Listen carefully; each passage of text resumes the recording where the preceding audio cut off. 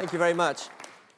And my job is, as a futurist, is to work with many of the largest companies in the world, helping them to do two things. One is to minimize their risk, and the other is to seize the opportunity. And you know, it's easy to look at the video and collapse in depression and think that somehow the travel industry will never quite recover. There are two things here. Firstly, recovery will come. Put your hands up if you think that recovery will come within the next 3 years to this country. Put your hands up. Put your hands up if you think it's going to come within the next 24 months. Not so many. The fact is, we have a view, we can have a debate, but it will come. And the other issue that's going to change the travel industry, of course, is exchange rates, and whatever happens to the pound in relation to the dollar and the euro has the most dramatic impact on your revenues. But some other good news. If you are in the global travel industry, whatever the exchange rate does, all it does is tell you who's going to be traveling where. So it's easy if you're based only in the UK, if you have all the eggs in that particular basket, to be very overexposed to the value of one particular currency. But the fact is that travel is here to stay, we are addicted to it, it's in our genetic code, and that has to be good news for you. So I'm going to spell the future of the travel, tourism, hospitality industries, F-U-T-U-R-E, and the first phase of the future is fast, to do with the speed of change, and it's a question of what is on the outer edge of this radar screen. And all kinds of low probability events can come crashing into the travel industry. For example, it could be a weather phenomenon, it could be a tornado, it could be a worry about a new mutant virus. All kinds of things can happen very quickly. All kinds of things can happen within your companies too. And one thing we begin to understand, it doesn't matter whether you look at the subprime crisis, whether you look at the impact of an event like bird flu or whatever it is, or swine fever, we begin to see that the future will be driven by a single word, and it's not even about Google. It's not about technology, it's not about innovation. Now these things, don't get me wrong, they're all incredibly important. But the most important driver of all is emotion. Why? Because it is the connection of emotion with technology, connection of emotion with the things which are happening around us that will drive the future. That's why we don't believe in market research. Oh yes, you listen to it, just don't believe it. Market research will tell you what people are going to do tomorrow and the day after, and if you're lucky, in 3 to 6 months' time, so long as a big event hasn't happened. Market research is simply a historical study of what people told you yesterday. But their emotions can change very rapidly. If you start thinking about people who might have thought of investing in the Dubai economy last Wednesday, market research does not tell you what money will flow into the Dubai economy next week. It can only tell you what people thought about it yesterday. So we need to go a little bit further.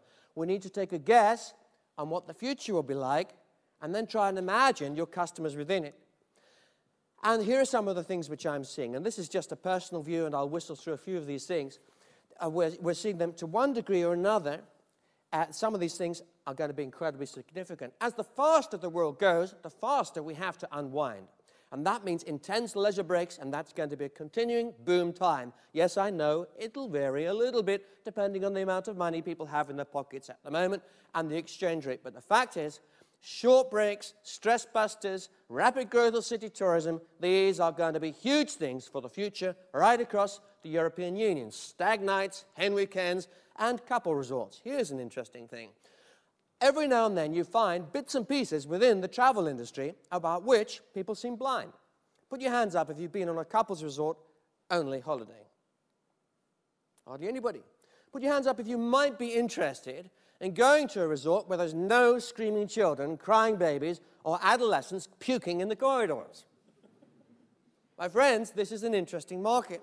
It's a luxury premium market right now with almost zero provision except in Jamaica. You cannot find, I don't think, hardly one single hotel apart from in one small Greek island which will only cater for couples.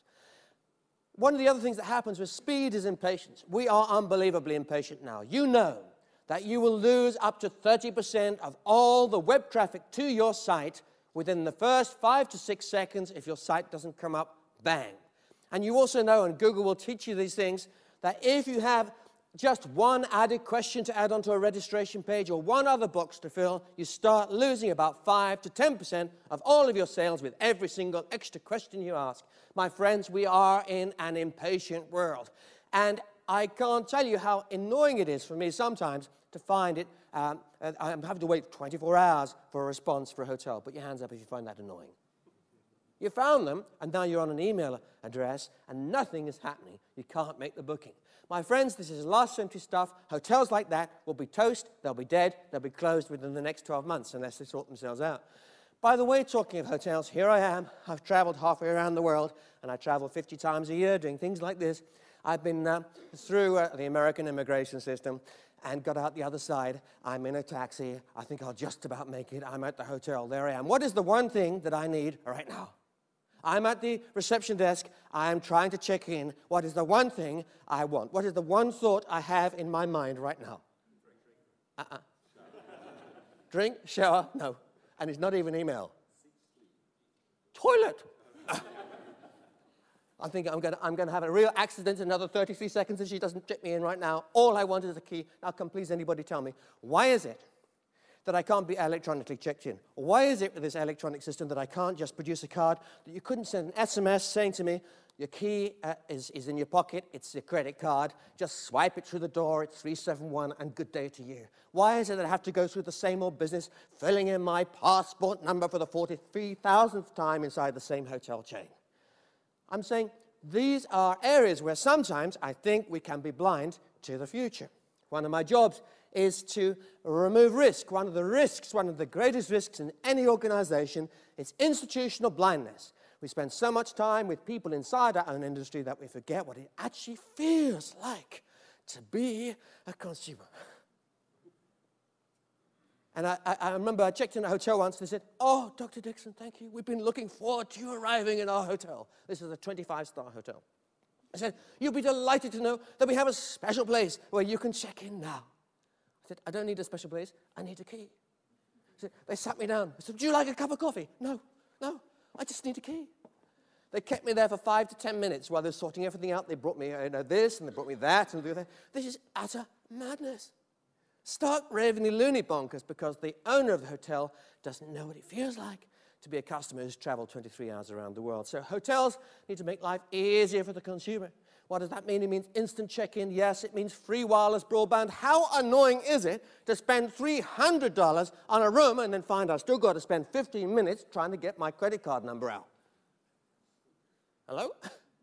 Is it just me? It's just odd. We need good IT support that runs till 1 in the morning. That speaks English.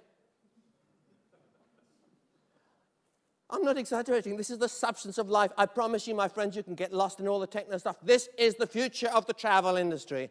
It's connecting with the passions people have and delivering what they need. What about power sockets that actually are connected to the desks? You know, one time I had to ring down and get an extension cord because there was no connection. The power socket was by the door and the desk was by the window, but that's another issue. Irons. Even in a 20-star hotel, I don't care. I check in at 1 in the morning. I'm on a platform at 7. How do I get my shirt ironed? I need an iron in the room. I said, no, sir, we don't do that because we're a 25-star hotel. And a knife and plate would be handy. This is what happens when we start thinking about the life from the experience of a consumer. By the way, this is a business class room. Look at the desk. Wonderful, isn't it? Put your hands up if you spend your life clearing desks of clutter in hotel rooms. What kind of insanity is this? I don't know how many trees they cut down to fill these desks full of pieces of paper. The first thing I do is throw it all on the floor. And then the following day I feel sorry for the cleaner, so I put it back on the desk again. Fast, urban. Urban is about demographics, fashions, and fads, and the biggest engine of travel, which is 1 billion children alive today, many of whom will want to travel in the future, and many of them are. In China, we're seeing a whole new generation of middle-class Chinese starting to travel. The German people are expecting 1 million Chinese visitors in the next year or two as a result of a single piece of paper signed with the Chinese government. And as our lifestyles start to change, we add other pressures as well. I have sat in the middle of 2 very well-endowed people recently and wondered how I could breathe at all. These are issues. We have beds that break, we have seats that don't fit. We need to be thinking what life is like for the customer. I don't just mean a well-endowed customer, but I mean the rest of your people as well. With demographics, fashions, fads, health trends, 1 million trips to Thailand last year to get operations. It's a new trend. It's a travel industry. Did you think you were in the healthcare business? You probably are. You may not realize it. You may not know some of the reasons why people are actually traveling. 75% of all the wealth of Britain is owned by those over the age of 65, and 65% of all those over the age of 65 are women. That means that most of the UK and US wealth is owned by old women, of which there are a very large number. In Italy, by 2026, there will be over 1 million people who are over the age of 90, almost all of whom are women. It's a new travel market. Maybe not. But the point is this: aging will drive your business. It's a huge trend, and one that perhaps we're not quite ready for. Let me give you an example. Many people think, oh yes, of course, we're going for the saga age group, in which I now am because I'm 52. And that means golf and a few other things. Well, actually, it may mean more than that. We're talking about a population who feel a lot younger than they actually are. They have a mental age of 40, a physical age of 50, but a biological age of 65 plus. And yet some things actually are getting older. Again, here's another interesting hotel room. Fascinating that someone could even consider putting 3 steps inside a room as well as leading up to a room. Here's another thought. Put your hands up if you need your glasses to read a restaurant menu at night by candlelight. Every human being over the age of 50, 51, 52 needs glasses to read most restaurant menus in London. Strange thing. Most of the people who eat in most of the best restaurants in London are over the age of 50. What a strange thing. Here we have the basic marketing tool, which is the menu, which is completely impossible to use without next generation technology for anyone under the age of 8. Okay, I'm exaggerating a bit, but the fact is that it's part of the blindness. It's part of what happens when we lose sight of our customers. Most restaurants in London have failed to understand that their restaurant menus actually need to be changed. It's a tiny thing, but it's very important. And for the travel industry as a whole, it means things like much more reliable transport. It means paying attention to detail, like making sure that people are around to take the bags down to the out of the hotel room and so on. Fast, urban, tribal. Tribalism is the most powerful force in the whole world. It's about culture, identity, team, belonging, and family. It's about language and nation.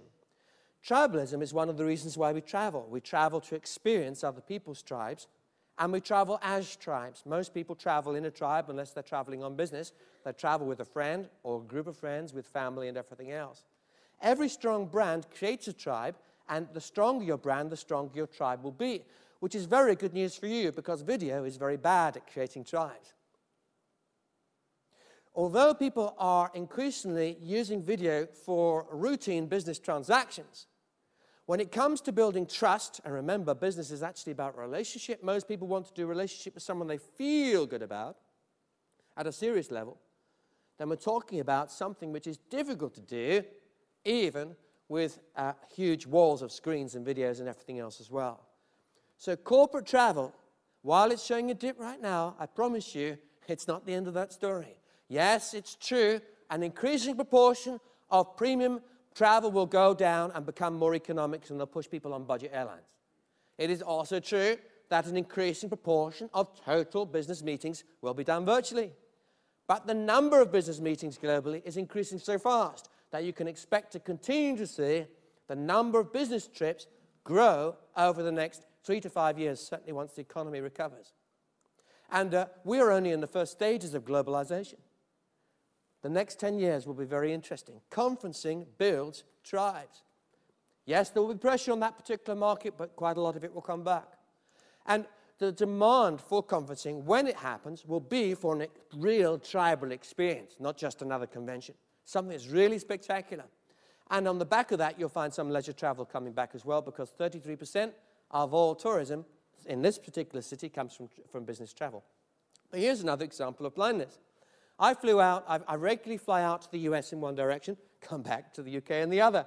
When I'm going out, I'm in business mode. When I'm coming back, I'm crashing. When I'm going out, I have a long, exciting day, and I'm so buzzed up I don't even want to go to sleep till 2 in the morning, 3 in the morning, UK time. When I'm going out, I couldn't care less about the food. Why? I'm too busy. The movies, I couldn't care less. I will be doing 10, 12, or 14 hours on that particular flight. The only thing I want is power. Nothing more traumatic than remembering I forgot my spare battery halfway through a flight. So I need power, but nothing else. And actually, all I really need is an economy seat. Coming back, I will pay the earth for the best business class seat in the world, which is probably our own national airline, or nearly that, the old British Airways. They've got great seats. I came back on another airline. It wasn't BA, because the flight team was difficult. And here was an interesting phenomenon. It wasn't this airline. This is Virgin. They are brilliant too. They've got it right. They understand what motion is about. I came back on an airline that was full of American passengers. So they were on American daylight time. So as far as they were concerned, it was only about 4 in the afternoon. I thought it was about 4 in the morning, nearly.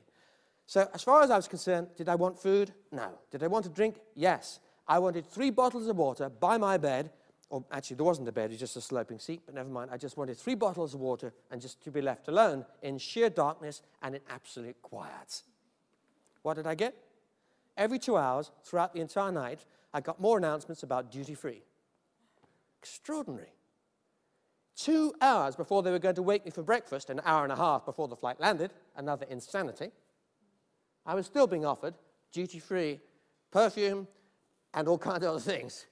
Utter madness. Why does these things happen? I can't imagine how they could possibly have made such a fundamental mistake. This is a global airline in business class. What happened? Can you explain it to me?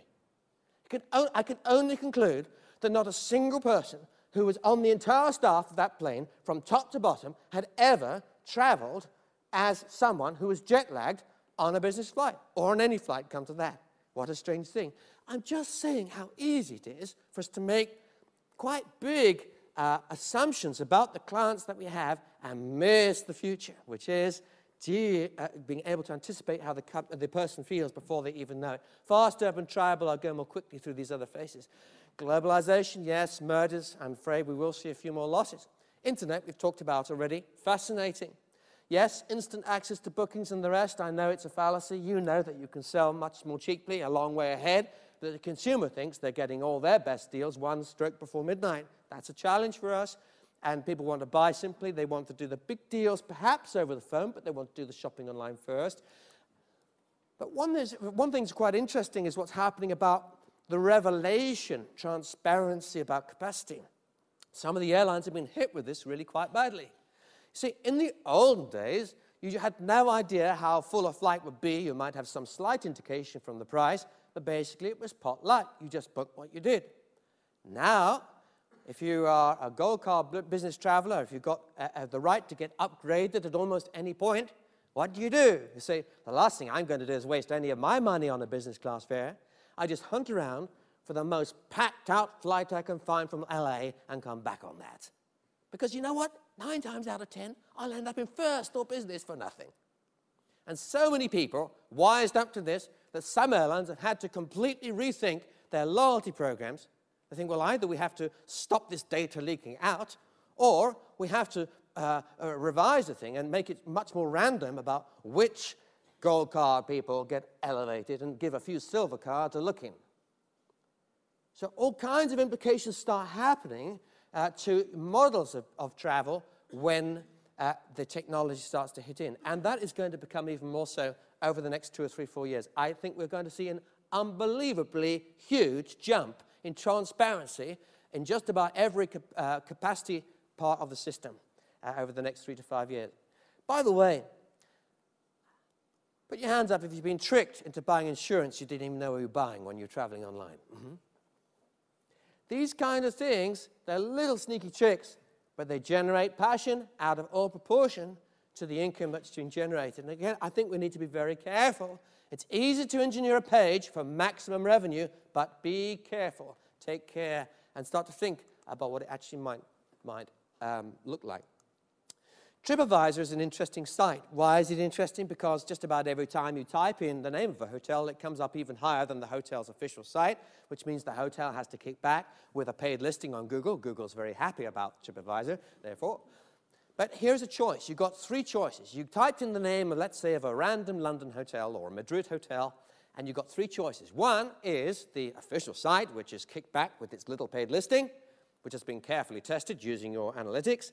Secondly, and actually analytics are absolutely vital, you can increase the click-through rate by 60, 70, or 80%. And the nice thing is it takes you less than 20 minutes. If you've got a busy site, you can just play, play, play, play, play. You can put up 10 or 15 different slogans, test them out, and you got the answer straight away. No need to go through a great big advertising agency and go through all the normal cycles. It's all within your grasp. And the other fascinating thing is this.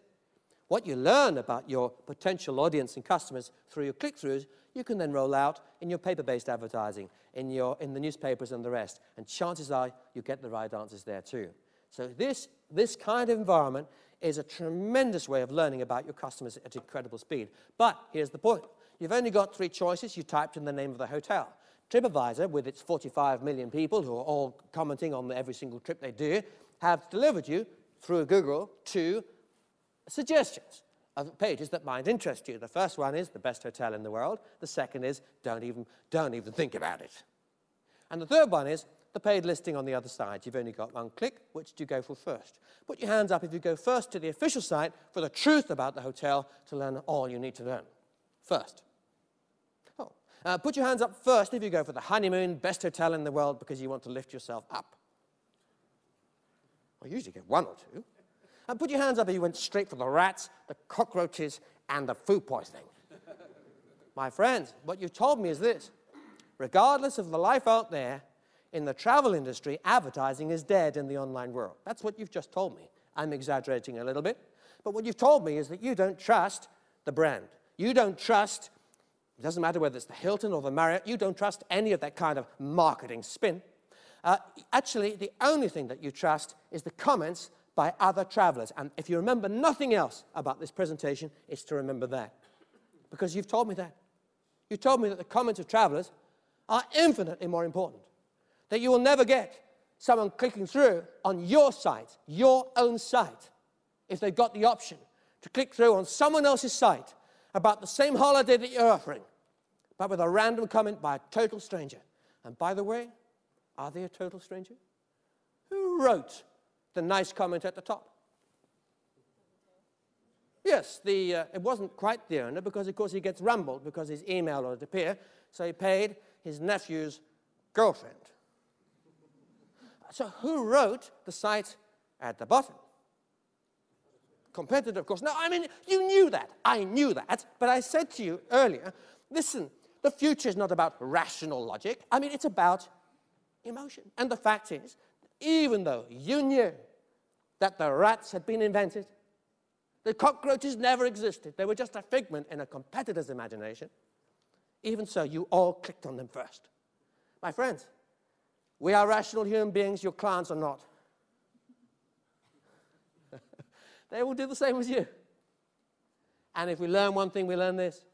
The opinion of a perfect stranger, even if you're suspicious of them, will be more trusted than your own websites. And that means we need to take the utmost care about how our products and services are received, but there's some good news here too. If your products are good, if you actually get inside the mind of your customer, if you can read their emotion and intuitively know how they're feeling before they even know they want something, you will shine like the brightest stars in the universe, and you will find your customers are driving business to you by putting up comment after comment after comment. However small you are, you'll be able to compete with the largest and greatest brands in the world just because you keep on peering up there every time someone types in hotel in Istanbul. And you'll find these things cropping up in maps on your iPhone or something like that. You type in the name of a hotel, bang, straight away you got it on the map, and the stars are already appearing from the comments of people who've stayed there recently. It is hard to underestimate the power of this change. Fast, urban, tribal, universal, radical. Well, that's about single-issue activism, but it's also about experience. It's about change. It's about wanting something new. It's about exotic holidays. It's about the fact that at the top end, who cares about price? It's about the fact that actually, for over half the people in this country, they are much better off than they were last year. Why? Because prices have fallen, in case you hadn't noticed. I have. You have. 2.5%, 3%, 4%, 5%. We can debate about how much. It depends on what you buy. But we are seeing deflation of all kinds of costs within our economy. And that's number one. Number two, even more importantly, for many people, their greatest cost has fallen significantly, which is their mortgage. Someone who's on a tracker mortgage, they've seen a 5% or more drop in interest rates on their mortgage, which has been their largest outgoing, and this gives us tremendous power. So these are tremendous opportunities. We don't need to be all doom and gloom. We just need to go hunting for the people who are actually better off this year than they were last year, number one. And number two, also recognize there's some for whom cost wasn't the issue anyway and won't be in the future. They're wealthy enough not to have to worry about the particular cost of the holiday.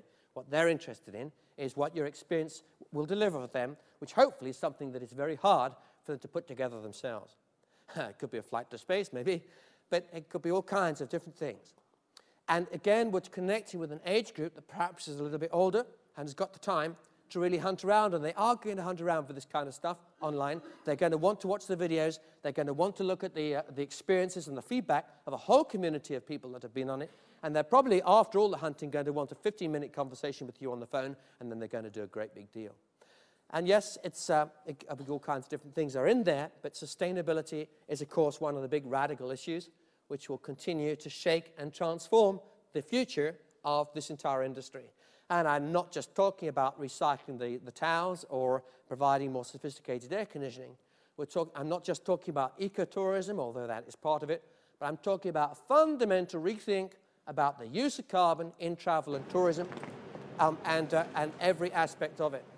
Take Eurostar, for instance. Eurostar is now saying not only they're claiming, I think probably the claim is harder to substantiate than they might say, because these things are very complicated to compare, because it actually depends on how many passengers were on that particular carriage that day, how many passengers on that airline, what model of the airline was, how long the airline had to hold above Heathrow Airport coming into land again. All kinds of things can affect it.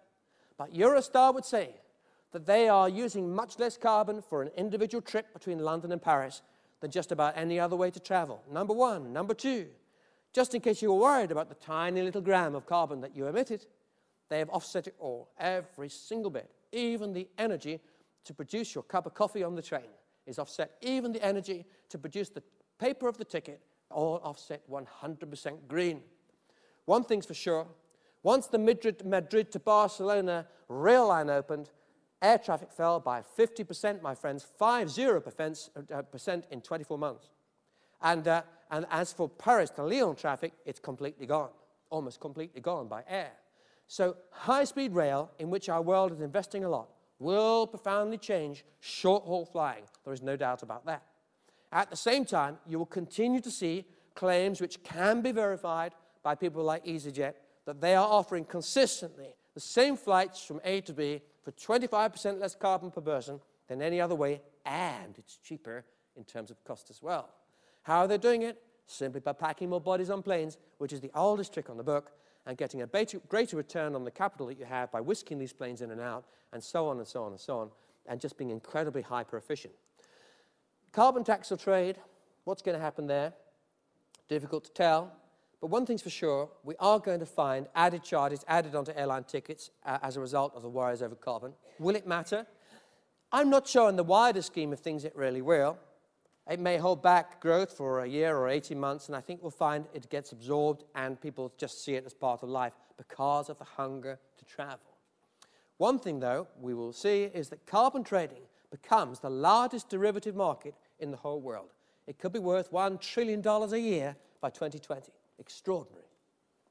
And this trade allows someone like KLM. KLM has already decided to do this. Every time their carbon use increases by 1 gram from last year's level, they offset it 100%. Now, because KLM imagines that their traffic will have doubled in 15 years, that means in 15 years, over half of all the air miles that airline travels will be offset. What that means is they will go and invest for every ton of carbon that they think they've used, they will go and invest in a scheme in somewhere like India, which activates a non-commercially viable wind farm or something like that, so it can actually be built. As a result of that, carbon is saved from being burnt in another part of the world, and they will use that as a credit to offset against what they're doing. And you will see all kinds of companies offering carbon offsets. In fact, it's relatively cheap. To do a carbon offset, you will find, say, of a flight between here and Zurich, it's probably going to cost you less than £10. Now, on a budget airline where you've got the price nearly for free because they were doing a special offer, that's quite a lot. But on a normal economy return, it's basically nothing. And these are some of the, when you put it all together with the increasing affluence of our world and the fact that other things will become cheaper as our technology improves, I expect that even if oil was to settle at around $125 a barrel, that we will see air travel treble in the next 23 years. I'm not saying here in the European Union, I'm meaning globally. I mean when you talk about the 100 million people every single year who've taken their first plane flight in India, another 100 million doing the same in China and becoming just as addicted to that lifestyle as you or I. Finally, fast, urban, tribal, universal, radical, and ethical. How on earth do we live in this crazy world? And the answer is we need ethics and values like never before. Ethics are a part of building trust. And ethics are part of the transparency about delivering what we say we will. And the most important ethic of all is this, and it's very simple, and it must be the one value that underpins every industry, especially travel. It's that we deliver on the promise and we only sell what we believe in. I checked into a hotel the other day, and I checked out. And they offered me a phone bill of $249.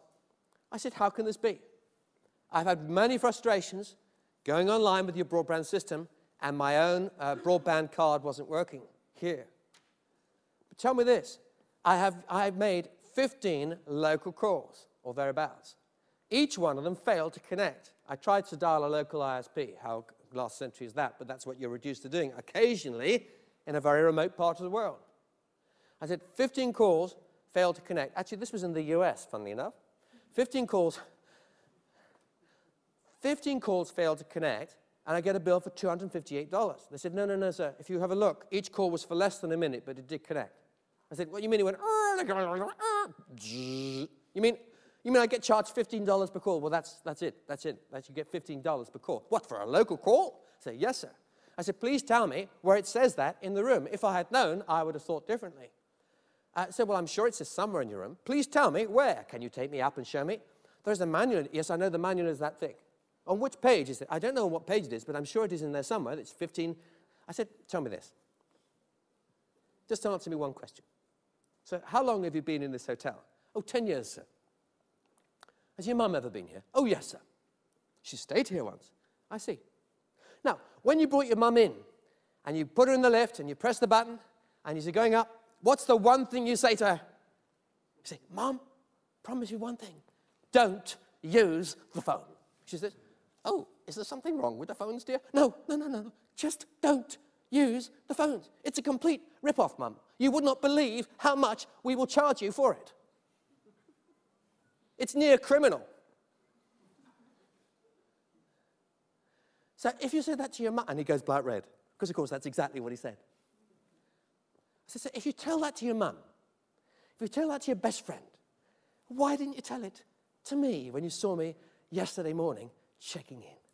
So while companies talk about profits, shareholder values, and bottom line, and all the rest of it, the conversation is somewhere else. And the conversation, certainly online, is about making life better for me, solving my problem, giving me a great experience, looking after my family, doing something great for the community at the same time, traveling in a way which doesn't wantonly trash the planet, but actually does something worthwhile at the same time, protects, helps, inspires, encourages. And that is the kind of travel industry which will be truly sustainable in the future. I do believe the travel industry has a great future, and especially, as I say, as we keep close to emotions and understand how customers feel. Thank you very much.